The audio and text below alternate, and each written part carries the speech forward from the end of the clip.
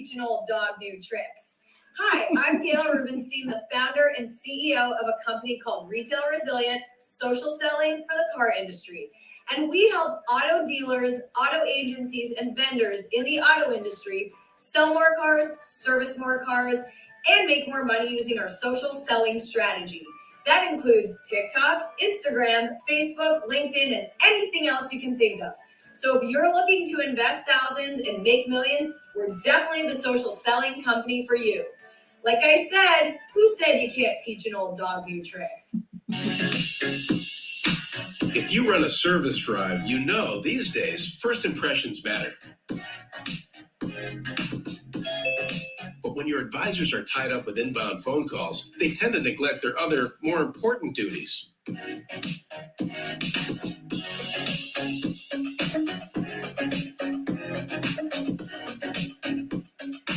And did you know 75% of all service calls are frequently asked questions and routine requests?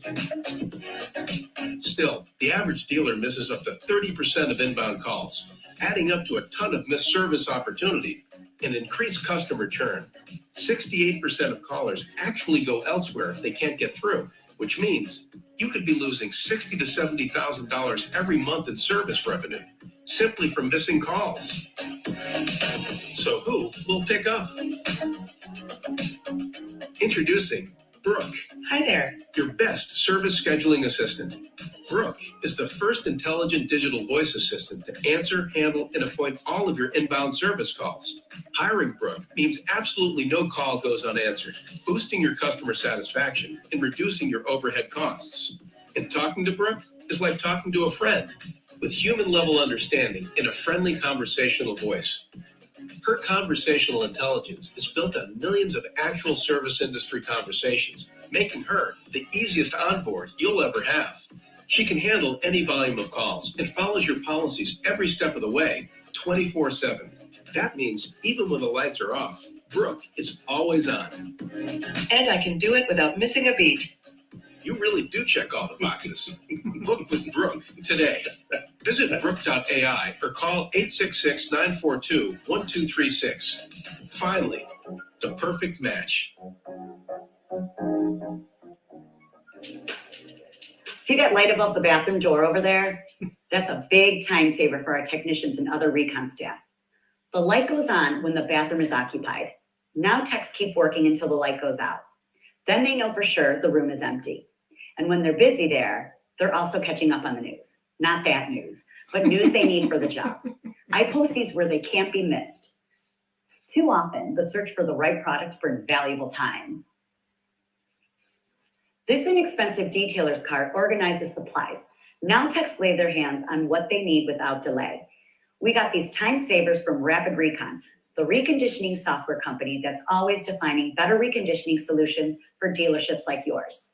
When the goal is to get cars through recon in 72 hours or less, every step, every minute, every better decision made helps towards that goal. For more recon efficiency ideas like these, talk to the recon experts at rapidrecon.com.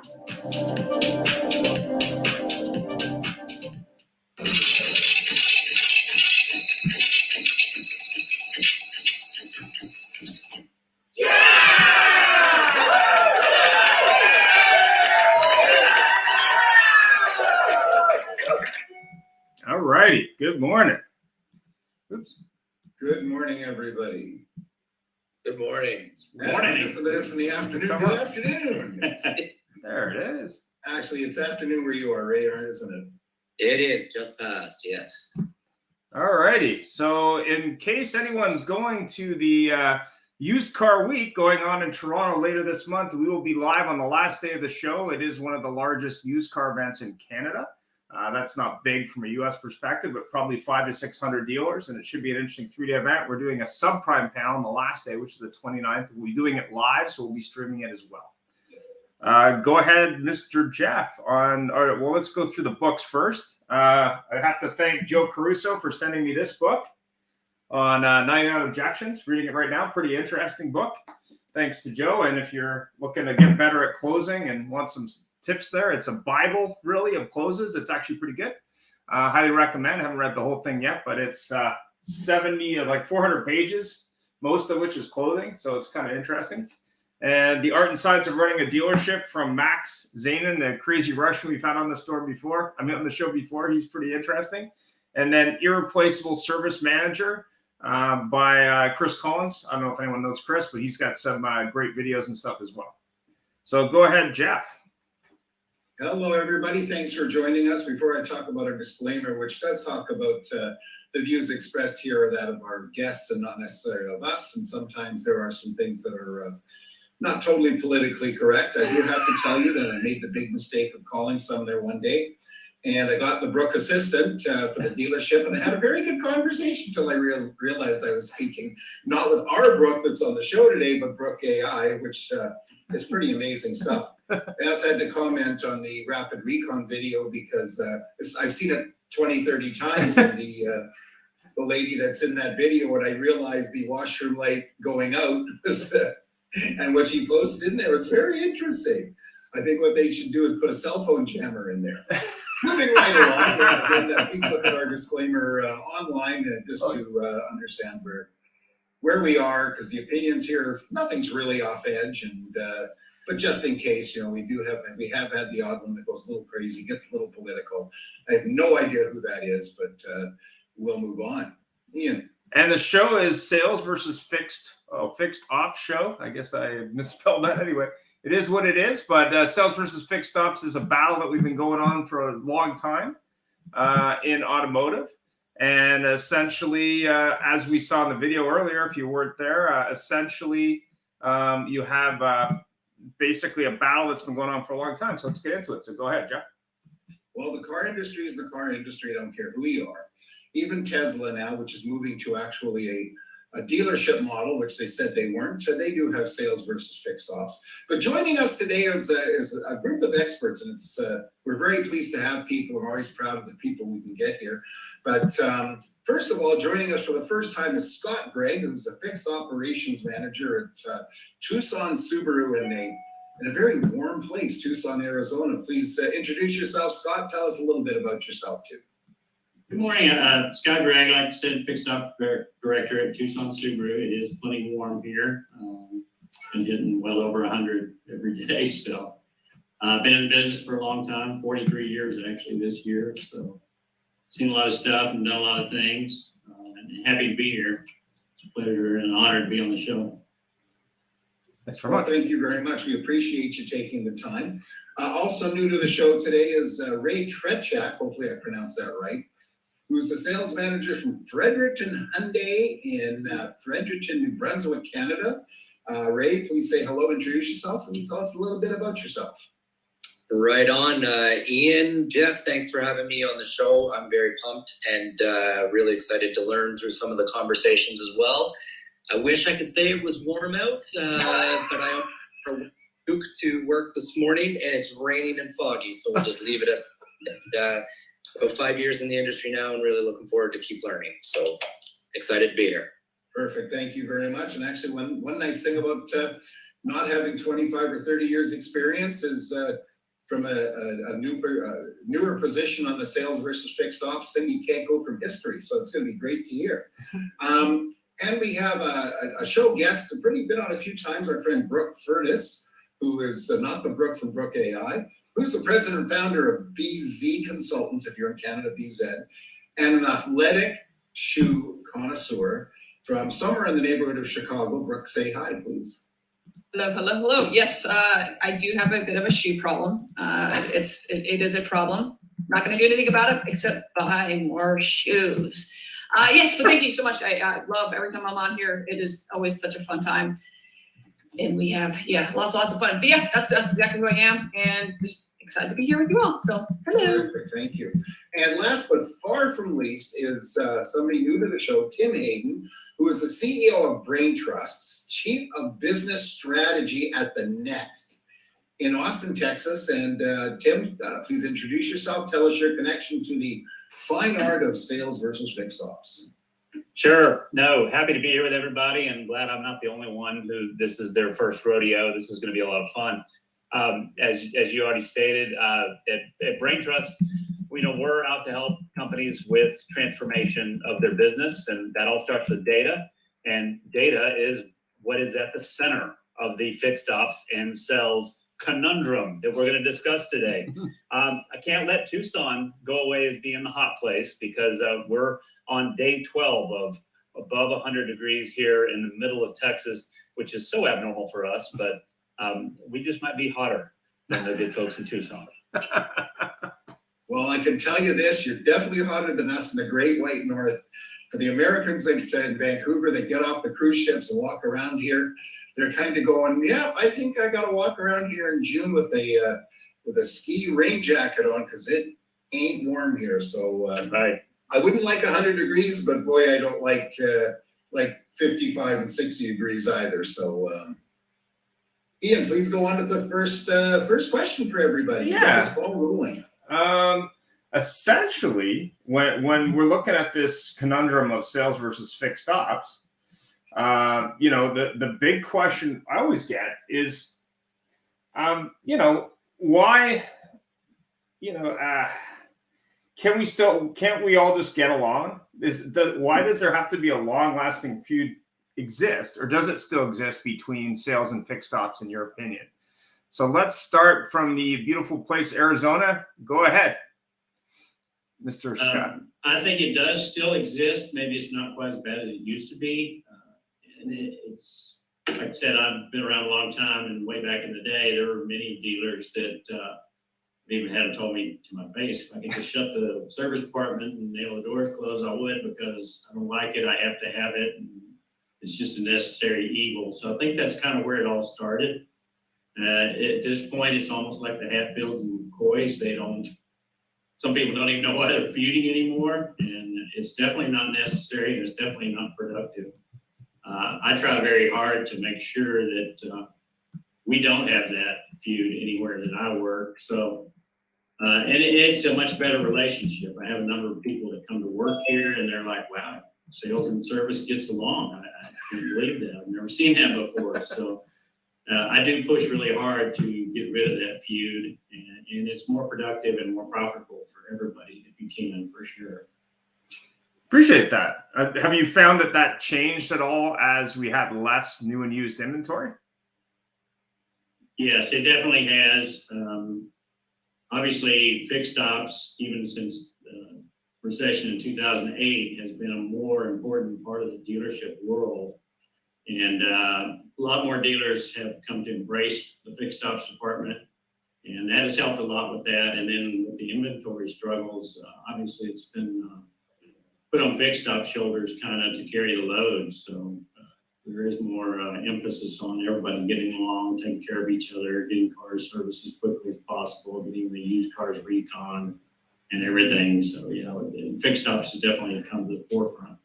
Thanks for that. Ray, what do you think?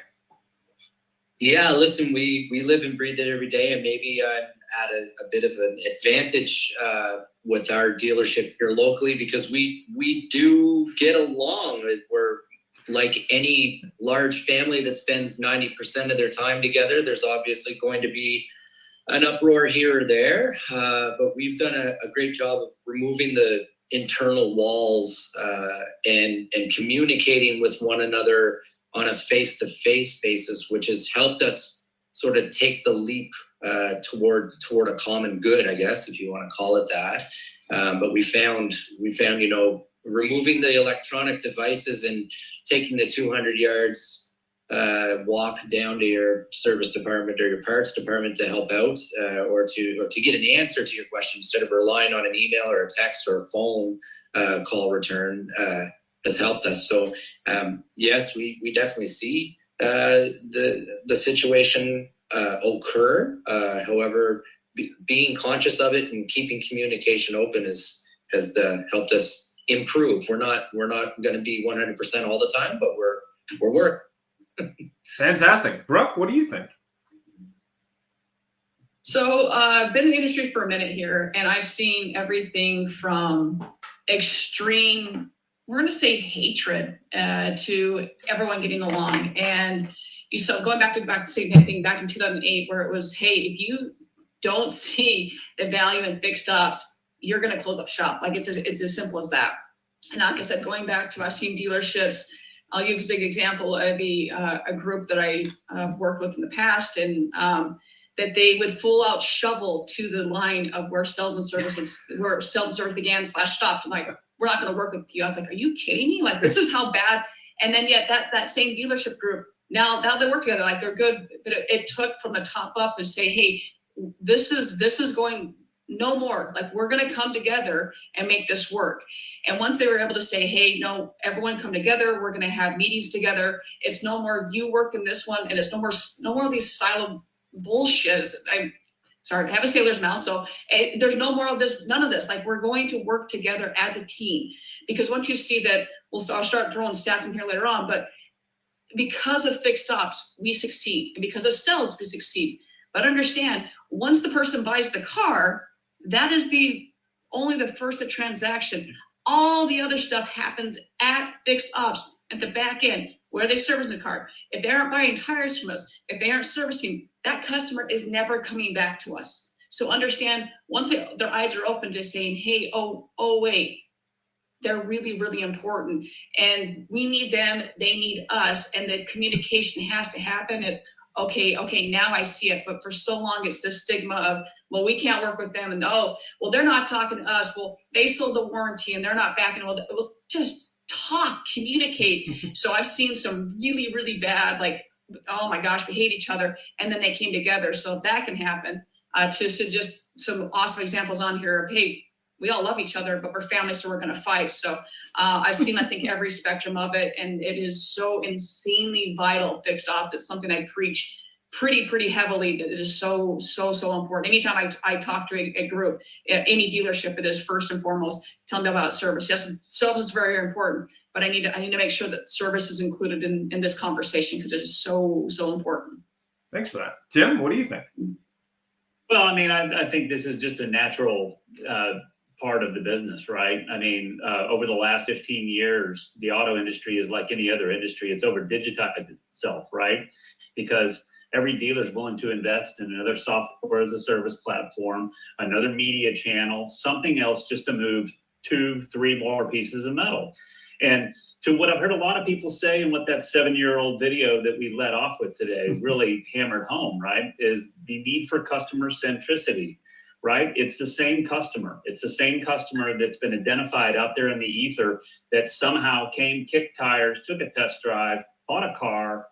And to what Brooke just said, the relationship really blossoms and grows from there. And we need to, if you can quantify it, 90% plus of the relationship is going to happen after they drive off the lot. And as I said, when I introduced myself, it's because in dealerships, there's not a single source of truth. You've got people in different departments and different functions of the business that are using different tools with the same customer's data swimming through it, right? The DMSs, everybody else says that they've come up with cures for this, but they haven't. So, technology's only made worse what's a natural thing that's happened in terms of, what everybody's thought was their real estate. And I think we're at a crossroads right now. Some of the things Scott said earlier, right? We've got the things we can't control. You had the pandemic, got a recession, got an inventory and supply chain issue. These things aren't going away. These forever alter what's happening there. And we haven't even mentioned the other elephants in the room with electrification that threatens fixed ops. I mean, there's a lot that's coming down. The time for infighting is no longer. 100%. Thanks for that. Jeff? Well, it's funny you mentioned that stuff. We say that the time for for infighting is over. There really never was the time for infighting, and right. This age-old battle. Hey, I've been in the car business a long time, and I'll never forget when the dealer I first joined, the service department was across the street. Wow. And the worst thing in the world is to have physical separation on top of this mental one. It's almost like a bicycle, the pedals being mad at the chain, because they have to work together. But here's the funny thing, and we can relate to this.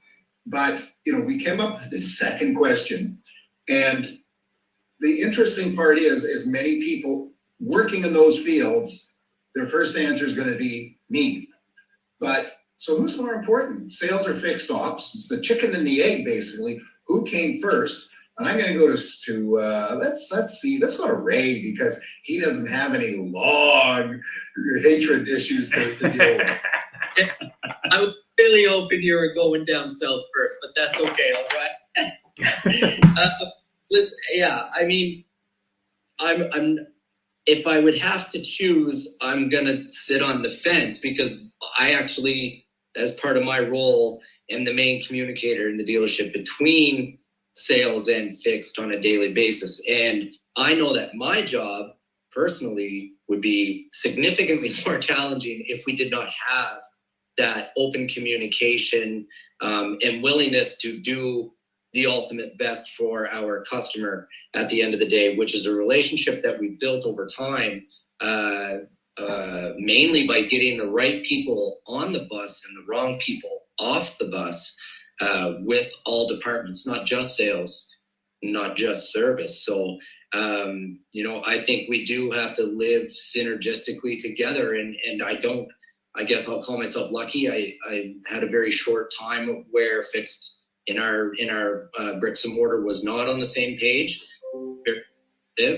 And in an effort to get everybody on the right page, we went at it a full team. It was a full team approach to make sure that we were all speaking the same language. So with sales, my sales team runs hard every single day, and we lean on our fixed team, especially at month end when it's time to push as many across the curve as possible and hit that number. And vice versa, we really rely on the service department to do an excellent job when our guests come back and visit, so that when it comes time to trade in that 2018 Elantra and our lot is empty, more willing to have that conversation with us. So I'm a sales guy. I'll say sales, but it's really a team effort. That's pretty much as far as I can gonna go with it. I appreciate that, Ray. Now, interesting, you mentioned the bus. So is it really true, Scott, that the B-back bus has actually been driven by somebody in fixed ops? I don't think so, but there can be animosity from both sides. So, the bottom line is everybody really just needs to get along, and there needs to be not any feeling that one side's more important than the other, because everybody's important. We're all part of the team, and there is no I in team, as they say. So we all do need to work together and pull together and win the race together. Sales is definitely important. They sell the first car, but then fixed ops is the ones that sell the rest. We have to keep the customer coming back so that they do purchase another car. And, nobody needs to be driving a bus, really. It should be, or everybody should be riding on the bus together, I guess you could say. Because really, if we don't, especially in these times, everything's a struggle. It seems like parts, inventory, you name it. We all really just have to be pulling together and making it all work. So interesting, we talk about this is something we should do, and successful dealers do it. But of course, then you get the case of when the service department gets a customer with, in your case, a 2018 Outback that they've been having fun in the Arizona desert, etc., and they've clogged up things because they didn't do a service, and they clogged up their air filters and everything. They come back in, they get the service department crucifies the car.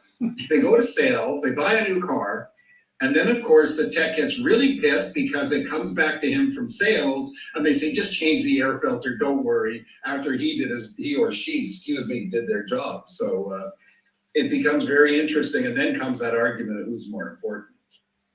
And it's funny because I'm a firm believer, if the service department sets it up right for sales and they sell a new car, they should get many of the things except perhaps the coolant flush that they keep pushing for, but we won't get into that. Tim, what's your opinion on this? Well, I just think, this is something that I see again across all industries, and that is that most brands have thought about marketing and sales as a game of acquisition and acquisition only. And, the nature, the way things were broken up, fixed ops oversees what I think is retention. And I think dealer groups, OEMs, as the vehicles become connected, and there's the whole DTC thing that could happen, who knows when, it's all about that growth through retention, right? And again, somebody said that, I think even statistically, there was something that was offered on that opening video about data showing that the people who had problems with their vehicles that came in and had an excellent customer experience were more likely to come back and buy another vehicle. I've seen that happen with Dell computers, right? The people that had the worst problems with their computers, to the point of blue screens with Microsoft and batteries catching on fire. Those are the people that, if they had gold support, they had somebody in North America who answered the phone, took care of them, and they came back and they bought more than they bought the first time after that bad experience. Same thing with vehicles, same thing, just growth through retention and changing that mindset and having everybody to what a few folks have already said. It's not just sales or fixed ops, it's everybody understanding. That's the game. That's what we have to be after, from first touch to third oil change. Yeah, we had a representative from Google on the show last week, and she was talking specifically around women in the auto industry, but more importantly, customer experience and how that really dictated whether or not the women even came into that brand or dealership. They were very much more dealer-centric in terms of experience than the men. I'm still trying to get all the details from Google, but I'm sure I'll have those shortly if anyone's interested. But I think it was something like 65% of the reason was experience from women, which was kind of interesting. Well, the interesting thing is going to be on this particular question of who's more important. In about a year's time, when you've got all these people with their full load vehicles that are missing the heated seats, of course you need them down in Texas and Arizona, don't you? And their blind spot monitorings that don't work, and they get a lovely mail or email that says, "Great news, you can have your chips put in."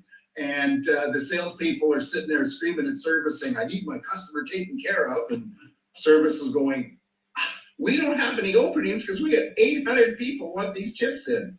But Brooke, I'm going to ask you this because you're not in either departments. Who's more important? I go to, it's like choosing your favorite child. And so I am going to say both. I would maybe tend to lean one way, but in this one, I am going to say both. So I think, Jeff, you brought up having service to, having different locations. Larry, I'm going to bring you into this one a little bit here. So Larry has a little saying, a lot of saying. He likes to say that he calls my husband and tells him and I actually tell my husband to tell Larry to back off. And Larry calls my husband and says, no, so we kind of go back and forth on this a little one, jokingly. But Chris had one of his dealerships where sales was in one location. It was downtown Chicago. Sales was in one location. The service department was, and if you're familiar with downtown Chicago, it's not very easily, trying to get around, especially when your sales, it's a boutique, it's a destination store. So service was another probably 3 miles away. And then where they actually housed all the cars was a parking garage, another like 2, 3, 4 miles away. So let's say now, hey, I want to go check on a vehicle or someone that sells. And there was so much logistics. If the team didn't speak to each other, have constant communication, man, it was a nightmare. And Chris had to have a lot of trust in his service advisors, his service techs, his service manager. And not only that, his sales team. They had to have so much cross-training. And I think we really forget how important cross-training is and everything. Because, hey, okay, we're going to have someone always working on the service drive to say, hey, how can we obtain more sales? Because I go back to consumers who visit service departments in the last 12 months are 74% more likely to purchase a vehicle from you. So who's really more important? I mean, this is such a family that works together. So this is a very extreme scenario where we have 3 different locations and, hey, I want a car. Well, oh crap, the car's not on site here. It might be, but more than 90% of the chance it's over it's undergrounds in a parking garage. Oh, wait, it's over in service. Well, man, it's going to take me 20 minutes to get over there. So there's all these different things to say, which is important is it really is choosing a favorite child because it's a team that's working together to get there. There really is that there isn't one that's, in my opinion, you're all working together if you're all working together toward a common goal, there's not one that's more important than the other. It really is important. Can I jump in for a second, guys? Yeah, go ahead, Larry. Go ahead. Oh, I knew I was opening the door with that one, Larry. I knew it. Let's bring it, dude. Bro, first of all, before I say anything else, Tim, is to your left, is that a BB King up on your wall? That's an autographed BB King, yes. Okay, I'm already engaged to Brooke, but I think I'm starting to like you the best, man. We'll talk Muddy Waters later after the show. Let's do it. Okay, listen, I owned a dealership and I had a union shop, which is pretty much like every day putting a screwdriver in your eye. You know, if I told you how many times at 5 o'clock they walked off a job that they could have finished in 4 more minutes, and I didn't have the guy in the loaner car, and then he had an accident, blah, blah, blah. The real answer here, in my humble opinion, is just communication. Because unless you have 100 loaner cars and 17 extra mechanics, it's never going to work. When I was a salesman before I owned the place, I used to freak out because I handled every service customer myself, so I outsold everybody. Because that's the key to everything. They're there, they're captured. And I can't tell you how many times I go back and say, I picked this guy's car up. He doesn't have a loaner. His name is Mr. Johnson. Just let me know by 2 o'clock. And if he doesn't have his car, I'll go pick his kid up for him. Tim, everybody, can you imagine how many times at 2 o'clock, at 2:15, I call them and say, I didn't hear from you. We're good. Oh, I didn't look at it yet. It all comes down to communication. If you put your arm around somebody and say, listen, it's crazy how busy we are. And I know you need a vehicle, so I'm going to do this, or pick you up or pay for an Uber or whatever. Because you can't, you know what I mean? It's like cutting the baby in here. There is no absolute answer, but the answer to everything is communication. I had sales service meetings to stop my guys from hating each other because it's the dumbest thing of all time. Sales sells the first car, service sells the rest of them. And if you don't work together, everybody loses. So I just think it's all down to communication. Aren't you sorry you asked me, Brooke? Nobody's ever sorry we asked you. Sir, always, Larry. I always know something great's gonna come out, always. By the way, so we're very clear, okay? My flight was canceled today. You said no politics, so I won't even talk about what's going on in this insane country, which is the greatest country on earth. Sorry, Canadian guys. But I saw you guys, I saw Brooke. I realized Tim's a Blues fan. I said I had to get on. So if you see me on the phone or muting, it's because I'm trying to get my rental car straightened out for tomorrow and change the hotel around. But it's nice to see everybody. It's good to see you too, Larry. Pleasure. Always a pleasure, Larry. Always. I do have to say that one of the best salespeople I ever had, who was about 75% repeat and referral business, he said, salespeople say they're my clients. He says, no. They're my customers. Service has clients, because he says, I may see my favorite customer, I might see 3 times in a year, but he's got 5 cars and he's in the service department 10 times a year. So they're his client. So it's a good point we have to remember. Ian, next. Yeah, it's actually interesting that you brought that up, Brooke, because I actually worked at a Honda store here in our local market that had that same problem. They have cars stored downtown. They have a service department that's, half a mile away or from their sales department. And the thing that was really interesting to me when I worked there was that virtually no salespeople went and talked to service. So I made it a point of always doing that for a couple of reasons. A, that's where all the customers were.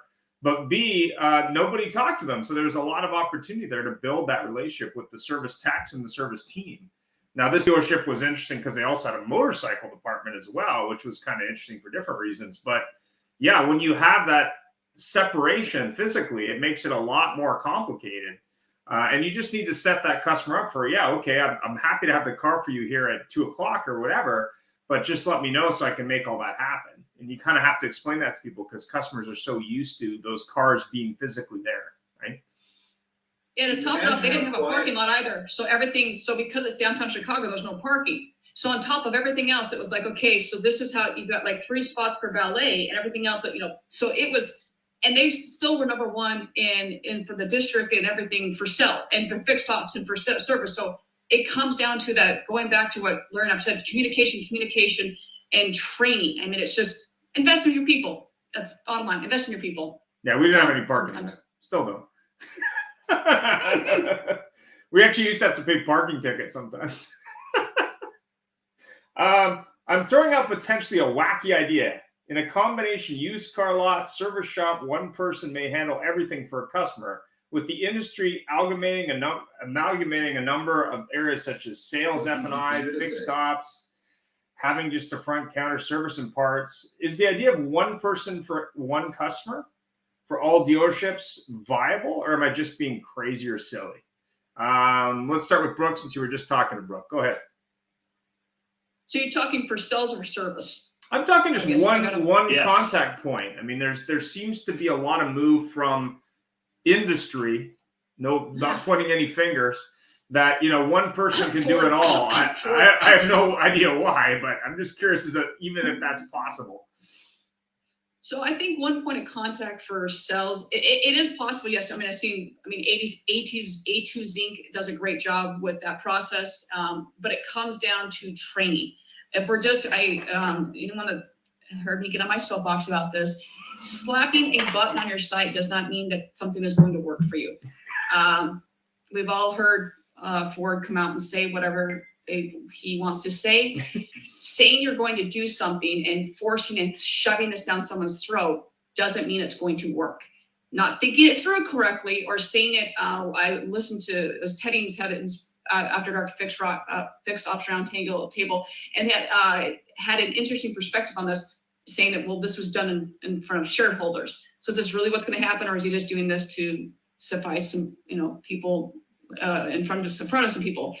But going back to your question is, yes, can it be done? Yeah, that's great. If from a consumer standpoint, a consumer really likes that. From a sales perspective, hey, I'm only working with one person. It speeds up the process. It makes it more seamless. I'm not being passed around like a hot potato around to different people. So yeah, 100%. It's doable. It's a great idea, but it works in certain aspects. There are certain people, especially now, where prices are what they are, that it's not going to work because they want to get passed around to 50 different people and they want to drag out the experience. But when it comes down to prices are what they are. So that's what you're going to pay. So I go back to, yes, it is possible, but after now, are people going to continue to do that? I don't know. When it comes down to service, that gets a little bit trickier, I think, because you're working you get checked in. Hey, I'm working with Brooke as the service, or my service person. Is Brooks not in 3 days, or my next person? I say yes and no to that, I guess, because it comes down to training. It comes down from the top. Is this really what we're going to do? And it may not be a fit for every single person. Yeah, might be a hybrid. Scott, what do you think? I think it's a good idea, but a lot of it would depend on volume, if they can handle the number of customers that they would need to handle. And we do have a really good relationship here between sales and service. So a lot of our customers do just use their salesperson as a point of contact. They'll contact them. Hey, I need to bring my car in for service. They will reach out to the service department. We'll get them all set up on an appointment. And it kind of is one person handling from beginning to end. But, we do over 100 cars a day in service. And some of our salespeople, when we had the inventory, were selling 25 cars a month. So it would be hard for one person to keep up with that kind of volume all the way beginning to end, but it would be wonderful if they could. Right. So when you try to cultivate that some, if people want to work with the same advisor every time, that's more than fine. And if they want to work with the same salesperson every time, that's great too. And if they want their help getting something done in service, that's good. So we do put it all together like that somewhat. It's a very interesting point, though, when you made there when you said where people are bounced around from people to people.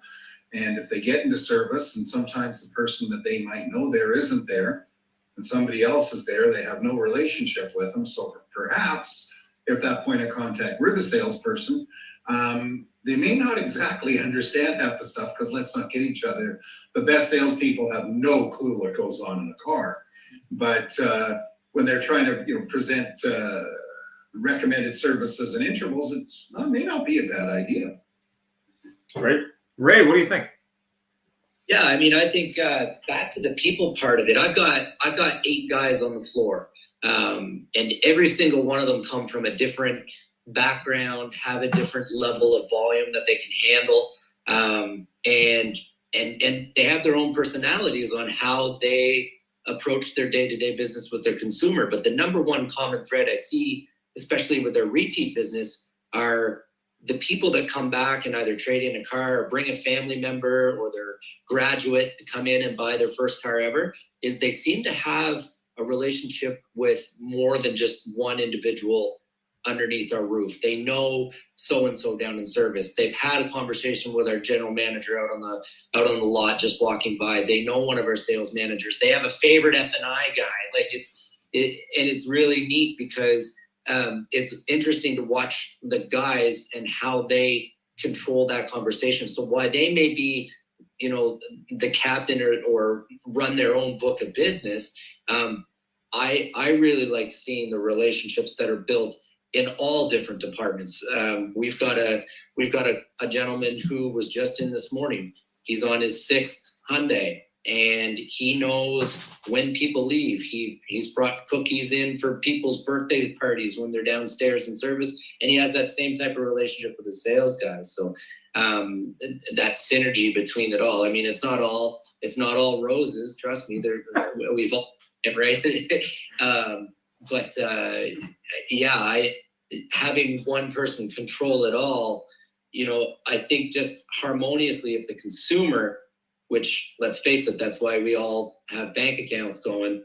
The consumer is why we're all here. And if they have a great experience, then they almost control their own relationships and who they build them with and who they don't. Great answer. Thanks. Tim, what do you think? Well, I like to think back to when I was a teenager and I was living in the Dallas-Fort Worth area, and my dad and mom had a series of Cadillacs and Lexi. Is that plural for Lexus? Yeah, Lexi.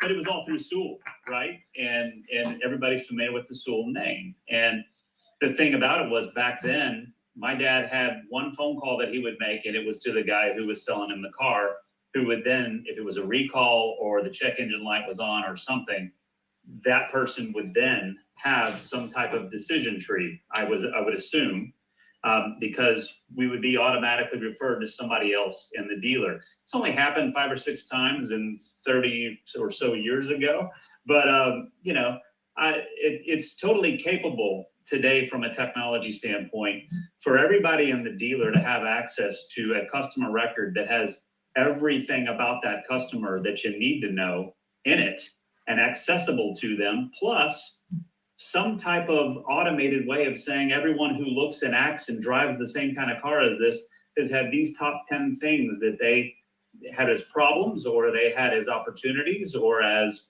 services, and there's a lot to unpack there, but it's where it needs to go. And I think, Scott said it, and a few of you have said it, Brooke said it too. The hard part of this is going to be the training and the culture change that'll have to take place in a dealer, in an organization, to be able to really leverage and capitalize on that type of information. But my point in telling you the Sewell story before is we've been here before. This is what customers want. This is what they're looking for, a relationship. And I think, going back to the original question, yes, why not one person who is the main point of contact? It's totally possible. Fantastic. Thanks for that. Jeff? Well, I have to say you brought up Sewell because I remember actually seeing a trainer coming in, and I'd like to make our training as good as this person, because he actually required everybody to read Carl Sewell's Customer for Life book before we did the training. So 2 weeks before, everybody got a copy of that delivered to them at the dealership. And I read that, and the thing that sticks in my mind most of all, and this is before the days of roadside assistance, is he said in the book, maybe I don't remember correctly, but at that time he had 2 stores, maybe, I don't know. But there was always one technician for weekends, because they weren't open on weekends at that time in service, that had a van. And that van was full of tools and manuals and tech and whatever they needed. And that tech was on call. So if somebody flew into DFW and they lost their car keys, that person had everything. They'd call one number. That person at 2 a.m. would get into the van, drive to the airport, cut them a key for their car so they could head on. And very interesting. May not be this one person point, but boy, does that stick in my mind about customer relations and customer service. And truly, it reminds us, it doesn't matter if it's sales, if it's service. Who's that customer going to go buy another car from? Right. Next time they need it. They're going to go to Charlie Smith's Lexus down the street and in another town. No, they're gonna drive down there because holy cow, 2 a.m. I was gonna say it's raining. It doesn't rain very often there, but there I am stuck at the airport all alone, and some guy pulls up in a van and he says he takes care of me, and not very long. So that's great. So one of my favorite questions, every show, I've got into the habit. I used to do a quick quiz, but I dumped that because this is my favorite. What is the biggest blunder? What's the biggest mistake do you see dealers doing in department relations? So in basically the fixed ops versus variable ops, boy, that's tough. What's the biggest mistake? I'm staring right at Tim, who's front and center on my screen. So Tim, give me your opinion, because actually I really like to get yours, because you do not have a loyalty to either side. No, I don't. And, I think I've heard a lot of folks just talk about the point of communications, right? And we unpack that a couple of different ways. We said too many people involved, the customer being handed off from person to person or department to department. And you guys that are in the business know what that looks like right now. It's usually a manila folder. It's got files in it that goes from the sales to the F&I place and the F&I office. And then from the F&I office, maybe it's scanned in and maybe you've got a customer number and your VIN and all of that is identified now in service. Still, it's a disjointed thing. And my personal experience as someone on the outside, right, who has, in my 50 years have bought 10 vehicles from dealers over the years. And then I've had that experience, which I was just party to what my parents did. It's been since Sewell that I ever felt like I had any reason to go back to the dealer that sold me a car in the first place. I've just not felt that for the 10 vehicles that I bought. And it's been exactly what we're talking about here. There's no continuity. There's no continuity in terms of how I'm handled or how I'm served. Again, it's compartmentalized as fixed ops, but it's a different service tech every time I call.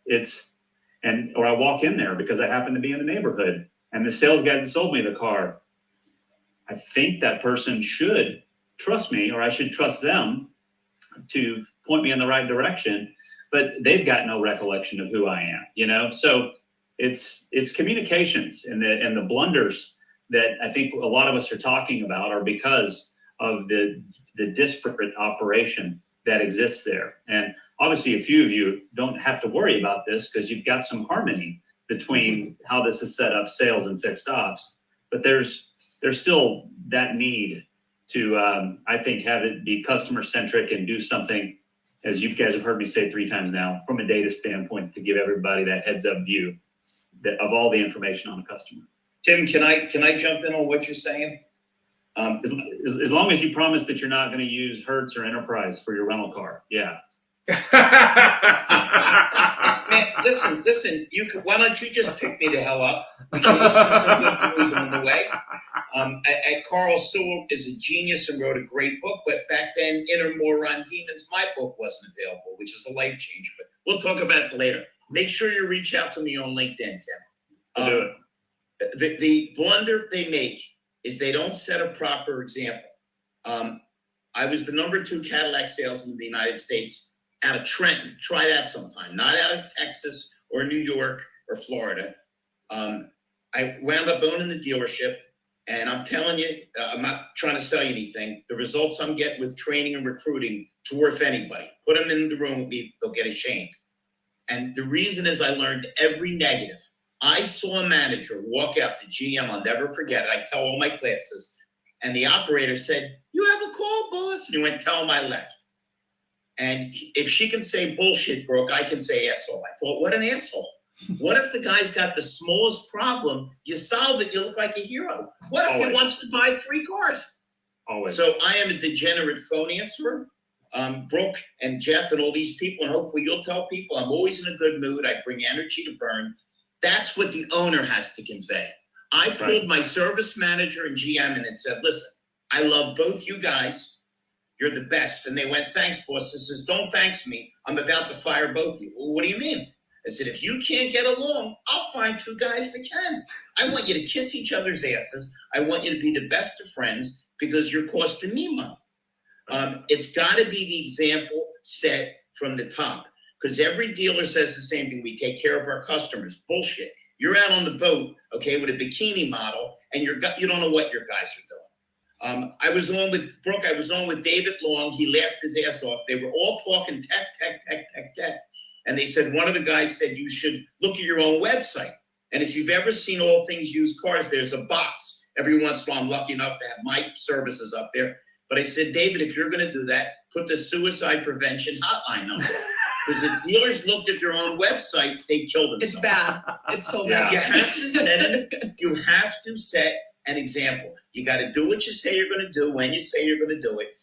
Now, when I say hold people accountable, give them love. Pull them into the office and say, I love you. Please don't make me fire you. But if you take your eye off the ball, you're cooked. You're cooked. The only reason I'm not committing suicide, because I got 40 people scheduled. I have a guy in Florida. I just hired a guy in St. Louis. The guys love me and respect me. I don't screw them on money, and I set a nice example. But if the example is not from the top, Carl Sewell is a legend, because this guy would be the first guy to take care of somebody. But if you this is what we're going to do, and you don't do it, Tim, I went to all the trainers, okay? I thought Joe Verdi was a little boring. That's why they keep the air conditioning up. Got tired of Cardone trying to sell me shit. But the funniest thing was you come back and every manager said the same thing. We're not doing that bullshit. That's the disconnect. So again, all this stuff, everybody on this panel, you can tell is a great communicator. You guys all know how to talk. You know how to schmooze. That's what we have to teach our people, particularly anybody younger than me and Tim, because the 18-year-olds have no clue how to spell, how to add and subtract, or how to communicate. Hey, Ray's getting mad at you. Ray, you're cool. Larry, I would add to that people don't know how to look up from their damn phone. So being able to not just communicate, but communicate in love in an engaging way to say, hey, look up from your phone, and more than that, and communicate in that engagement Brooke, that way. When we did lunch, you never once looked at your phone. Is this why your fiance is jealous? I just want to know. So moving right along, I love it. It's very interesting you mentioned that, because we talk about the mistakes that they make in department relationships, and Larry, you brought this up too.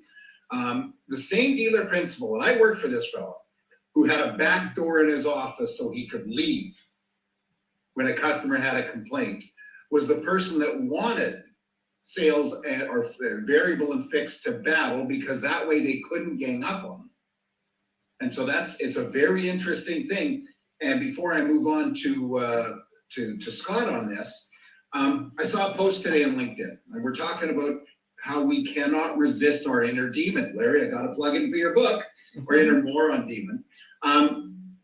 This particular person posted, me and you like this, that they went looking for a car. They're a car person. Yep. They went looking for a car. They're also a vet. And in Canada, unfortunately, our vets don't get the same, and I don't mean veterinarians, they don't get the same benefits that down in the States, or even respect here. It's like, oh, you're a vet, good, next. But I said, well, we got an approval from whatever the finance for the veterans is, went looking for a car. The price changed from the website to the phone call to by the time they got to the dealership, the numbers changed. They got there, the managers are sitting in the tower, they're not watching them, et cetera, et cetera, et cetera, et cetera, et cetera. And this, I must admit, this person was looking for trouble too. However, this is a prime example of the car business loving to say we don't want to change, and we're being dragged into changing, but we've been saying this for 30 years. So Scott, what do you think the biggest blunder is in interdepartment relationships?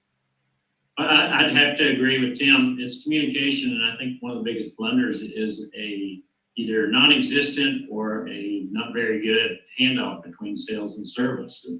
It's very important for the salespeople to bring the customer over. Like, for instance, at our place, we have a little scavenger hunt for them. We give them a bag, they walk them over to service, we give them some prizes, they introduce them to all the service advisors, they walk them over to parts, they give them some more goodies, and introduce them to the parts people and let them know they do accessories and stuff there and anything they need for their car. So that is the biggest blunder, I think, is just a breakdown in communication between the departments, and the customer is the one that suffers because of it. Yeah, that's very good. Actually, there's a Harley dealer group up here that does this after they do deals. They call it the poker run. And while they're waiting for the F&I to get them approved or to get all the paperwork together, instead of them sitting around doing this, they walk them from department to department. They get little gifts everywhere they go, and they get a card for a poker hand. In the end, they all win they all get the best poker hand, but it's a good point. So Ray, what do you think? Yeah, I'll second or third on that, what Tim said, communication, and then I'll follow it up with ownership. So whoever intercepts any type of scenario, having an empowered employee who can run with the ball. You may not be the one who solves the problem, but at least you point the customer in the right direction and really take ownership of that and follow up. Just follow up with the customer. Don't assume just because you push them off to somebody or guide them in the right direction that the job is going to get done. There's a lot to be said to close looping any piece of communication internally or externally with a customer, and really getting the point across to be connected with that consumer to the point where you can follow up the following day or later that afternoon and say, hey, did so and so employee in department XYZ follow up with you like I said they were going to, and then finishing that whole transaction through with taking ownership of whatever scenario it may be. You don't have to have the wrench in your back pocket to fix the problem, but as long as you have the know-how to follow up with the customer and make sure they were taken care of, that can speak a lot. So what you're saying is the biggest blunder might be the dealer that doesn't take a call, goes onto their boat, pretends they're not there, and doesn't empower anybody to do it. Might be the biggest blunder. Is that what you're saying? I'll take that. Yep. I'm sorry. I got Mr. Steele on the call. No, just kidding. Brooke, you got to answer Larry, but what's your opinion? I'd love to know what you think the biggest blunder is being made right now. Well, I'm going to say the same thing in communication, but take a little bit different term on it. But yes, the communication both verbally, but it's more than just verbally, and more than verbally. Systems play a big part in that as anyone knows, there's a front of house and back of house. Well, I have seen stores that have two DMSs, one for the front of house and one for the back of house. I've seen, we have the front of house CRM and we have the back of house CRM. What the actual hell are you doing? Well, the only way that our stuff can talk together, we love Auto Alert because we can see everything all together. Why don't we have technology that all just talks to each other? Well, I got to see this and this. So wait a minute, you've got to log into 17 systems to see stuff. So my customer buys something in the front of house products. Now they pull into the back of house and they bought a warranty, but we can't see it in the back of house. So what are we doing? Then there's the communication process. Well, they came in, I didn't book anything, or I booked it, but the OEM, we got to schedule that first visit because the OEM mandates us, but it's so insanely difficult that we can't even book it online because the OEM makes it so damn hard for us, but it's so hard we can't do it. So, just go, we'll figure it out later. Well, okay, now we don't get credit for it because we couldn't figure it out. Now the customer wants to book it for us, book it for themselves. They can't do it because once again, the systems are so archaic, they can't do it. So they just are like, well, screw it, we're just gonna call in. Well, the phone tree is so difficult, they can't figure it out anyways. I just want to schedule an appointment. Why are you making it so difficult for us? So it's communication, not just verbally, but also technology-wise, that goes back out into, once again, Larry, you're gonna love this, the pen. Are we writing stuff down? Are we communicating? Are we talking? The handout portion, it's communication, all inclusive, the communication, because all these different things, when the communication, I was out in Utah this past week, and the hotel has a Starbucks in it, and the register broke, and no biggie. She's like, I'll just get your information and whatever. And I go, okay. So I'm thinking she's going to take down, either have a calculator or write down my room number. No, she takes down my order and takes off like we all just got our meals for free. Now, wouldn't you think, okay, technology breaks down, write stuff down? No, the next 10 people all got their meals for free because the person didn't think either I'll write down a room number or I'll write down, use a calculator. But if technology is going to break down, use the communication portion of it. But so it's all inclusive communication is my answer to that. Well, 100%. I remember going to a hotel, over 20 years ago in Las Vegas, and their computer was down. So they had like 800 people who had reservations and had to deal with them. Now they were like, okay, here's free buffet. We'll deal with it. We'll figure it out, right? But today, I mean, I don't know how to. I mean, I still remember doing a car deal years ago when we had a wind took out the power in the building. This happened every year because we'd have a windstorm, and then it was just a question of when. So we were doing it with a flashlight on an old school piece of paper, and people thought we were nuts. But it's possible.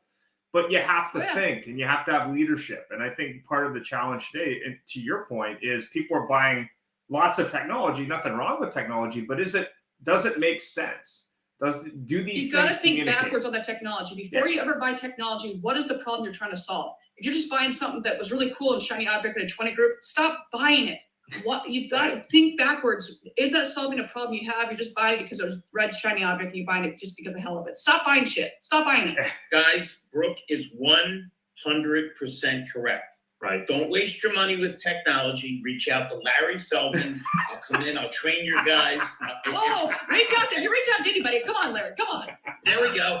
Brooke will be with me. We'll stop and get some free Starbucks, and then we'll go to all your stores and pick up the free gifts. We hang with Jeff and A. We like freebies.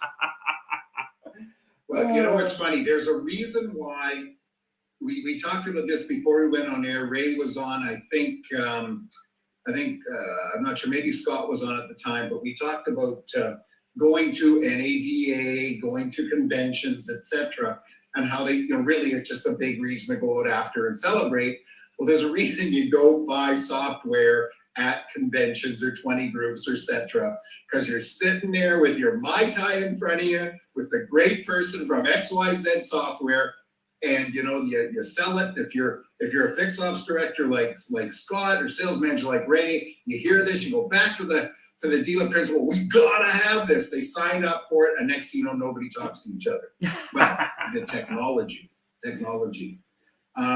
Ian. We have one bonus question here. I mean, I know there's been lots of discussion about OEMs changing the retail model. We've actually had shows on it, and I know Ford has been firing some volleys, I heard, as of late. Kind of reminds me of TrueCar back in the day. So my question is, will the OEMs and their infinite wisdom changing the model impact the different departments and how they interact? What do you think, Scott? I think if they do go to an agency type model, obviously it's going to change the whole landscape of sales. There will be some people that will still deliver the car to the customer, and it will still be necessary to have the handoff to service and whatnot. But I think it may change the whole sales experience. Definitely need to have the same uniformity between all the departments and the communication. And it may make that even tougher because, like I said, there may be less personnel in sales, so more training needed, like I said before, and just a culture shift probably, I would think. I'm going to ask just an aside to that question then. So if this does happen when it comes to an agency type of setup, is this going to mean that, frankly, the service department's going to try that much harder to get their upsells done? Because they're not worrying about being loyal to the company, because the customer can't really go to sales there if they decide, well, I'm not going to take my 2004 Outback with 297,000 miles on it and upgrade it. Instead of saying, let me introduce you to a salesperson, is it going to mean that they're going to push that stuff that much harder? I don't know that they will. And it's still going to be super important to keep them coming back to the dealer, because you do want them to think about buying another car, and maybe you give them a loaner car that, I like this new Outback. I'm going to trade my 2004 in. So, but how can that work then if they're going to go online? They're going to go to Subaru.com and say, I want to get a 2022, 2023 Outback, and I live in Tucson, and their zip code is one that shows them to Scottsdale Subaru. Yeah, that could be a factor, and it's something we'll have to be prepared for and deal with it if we need to. It's going to be our area of responsibility. We'll determine a lot of that, and we'll have to look hard and push Subaru and make sure if they're in our area, they need to be in our area of responsibility, not Scottsdale's. Yeah, not a good point. Thank you. Sorry. Yeah, Ray, what do you think? Yeah, I think the workflow and the processes might change, but at the end of the day, we're still going to need the people and the boots on the ground. You always hear the arguments of like the Walmarts of the world going to the self-checkouts, and does that create more jobs or does it remove jobs? And it comes right down to the fact that even though the processes within the systems are changing and adapting, it's the people on the ground that ultimately have to execute it. And yeah, I mean, like anything, inventory shortage, physical geographical location challenges, the processes are what, you know, my focus would initially go to. I haven't really given it a lot of thought, to be honest with you, because of the geographic area we live in. I always say we're about 10 years behind any trends. So, but definitely watching it, it is going to change, and there will be factors we need to look at it and how we do our day to day. Thanks for that. Tim? You know, 11 years ago, I helped Hilton with a mobile app strategy, and it went from being able to check into your room 24 hours before you arrive to I want a 6-pack of beer and a steak cooked medium rare waiting for me in the room when I get there. The one thing that we had to think about, and we had just wrapped up something with Starbucks similarly, was what does this do from a human capital standpoint? If I can do all the things that I would do waiting in line just to check in at the front desk, do we even need the front desk anymore? Do we even need the people there? And it turns out Hilton has downsized their front desk staff by quite a bit because more and more people are using that app today. It's, you know, the barb I threw at Larry early about rental car companies. For 3 years now, I've been using Turo. Why do I use Turo? Because it's a direct, no paperwork, no rental car shuttle. I know exactly which car I'm going to get. It's going to cost me half as much, not have half the fees, with half the overhead paying for real estate at the airport. It's just easier. It's frictionless. Same thing's going to happen with car dealers. The digitization, to Brooke's point, with things, with technology today talking to each other about having that single source of truth, having integrated systems, all of that is going to make it to where I think we'll see dealers get leaner when it comes to headcount, and we'll see a lot of the things that we're all been prescribing on this call today are going to be possible. And to the way you pose the question, right? A lot of that's going to be because the OEMs are saying, hey, these cars that we're building now have 1/200th the amount of moving parts on them. Things are going to be different in terms of their needs. They'll have software issues, not mechanical issues. You know, and there's that. There's the fact that the OEM, every night when that car's parked in the garage, the firmware gets updated, but everywhere that car's been and everything that car's done that day is beamed up to a server somewhere, and the cloud, if you will, and then maybe somebody in Detroit or Germany or somewhere else is computing it. You know, they're analyzing that. Robots are doing it in the interim while we sleep. So these are all things that are happening today that are going to change drastically what this looks like.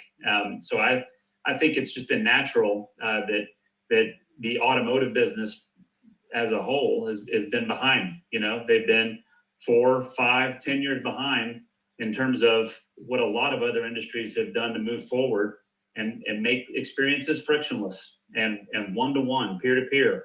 And that's where I was going with the Sewell thing earlier. I mean, what's old is new again. And you got guys like Larry to come in and train us how to do it. Brooke, what do you think? So I don't know if you guys, everyone's guys on here at this point. So if everyone remembers back when aluminum first came on the scene and shops, it was just hell of expensive to try. If anyone become certified, you know, all these techs, all the technology and the machinery. And at the time, my younger brother and I had a company, a software company for collision body shops. I remember if anyone's is big in the collision industry, Mike Anderson's a very large name in the industry, and we were working with Mike Anderson, and he just keep preaching, why is no one raising your rates? Like, it costs you how much to get that machine and how much to get this? And they're like, well, I don't know, we've just always done it this way. He's like, you're losing money. Why are you not, you need to increase your rates.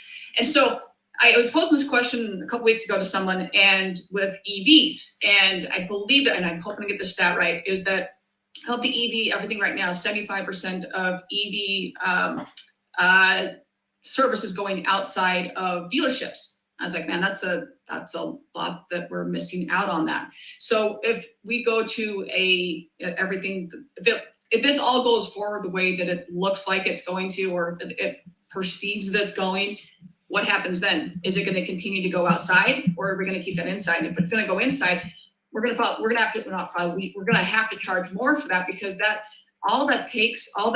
the increase in charge to certify our technicians, all the equipment, all that's going to cost more. So that's one portion of it. When you go to the EV portion of it, but when you start looking of what Ford is saying, when you start to break that down, and Brian Pash did a really good job of breaking this down, and I'm not going to go into all the different levels of what he went through, and those are just like 10 breakdown bullet points of it.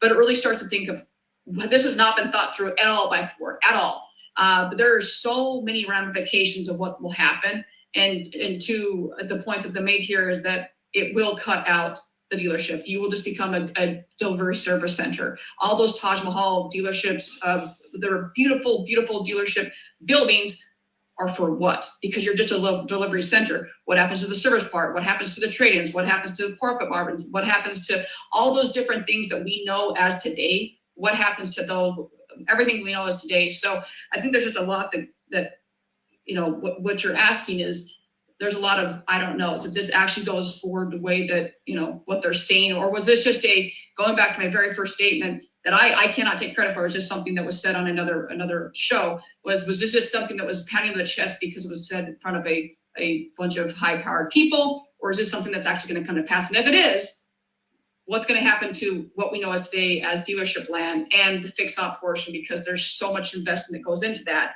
and what happens to those techs and then the advisors and everything in between. So that's what I Brooke, that's on top of the fact that the electric cars need much less service. So the back end, every dealer, myself included, I've ever met, was trying to battle penetration to get it to the point where the service department paid all your bills, or God forbid you were a foreign car deal. We were Cadillac, you were profitable. So you were making money before you sold the car. What the hell? And you can't even get the products for it anyways. You can't get the batteries, you can't get anything. Right, to piggyback that on top. So if it goes electric, the whole concept of service penetration goes in a different direction. But and now on top of that, they're trying to put us the hell out of business. We have to be careful here because, Larry, as you know, 25 years ago, cars were done differently. Your service was done differently.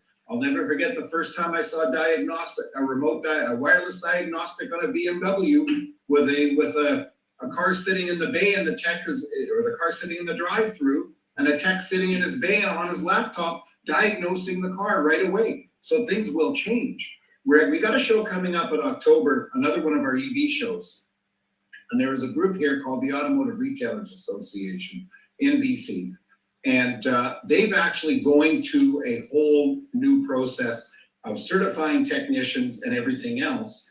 And it's in October. It's worth looking at because they're going beyond this whole idea of that you can't service them. And we're running out of time, but I do have to say, one of the big opportunities is, a prime example is I bought a Nissan Leaf at the auction. It went through post-sale inspection. It's great. It's good. Super duper car.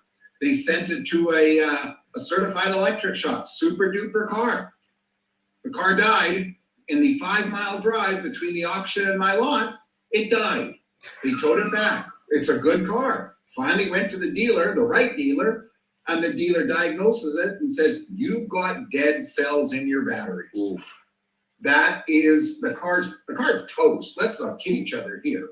But there is an opportunity for people who know what they're doing. And this is where a dealer can pull up their socks, because I kind of agree and disagree with Brooke. It's not, this whole electrification is not if, it's when. Because, we opened the show and we're going a little too long here about a Formula One driver who's protesting against oil with the biggest oil company in the world, his sponsor. So, it's going that way some way. We have to adapt. We have no choice, in my humble opinion. And with that, we've kind of run out of time. I'll let Ian close it, but thank you very much. I really appreciate it. Tim, I'm going to go from Larry a little bit while he's looking at the guitar. I see the Pantera behind you, the old Trans Am in that picture. And I swear that other picture on your right side says Darth Vader's rules, but I know it's not. So thank you very much for everybody. We really appreciate it. Larry, thanks for your input. Scott, Ray, a real pleasure, and Tim, a real pleasure to meet you guys. And thank you very much. And Brooke, as always. Ian. All right, here we go. Thanks very much.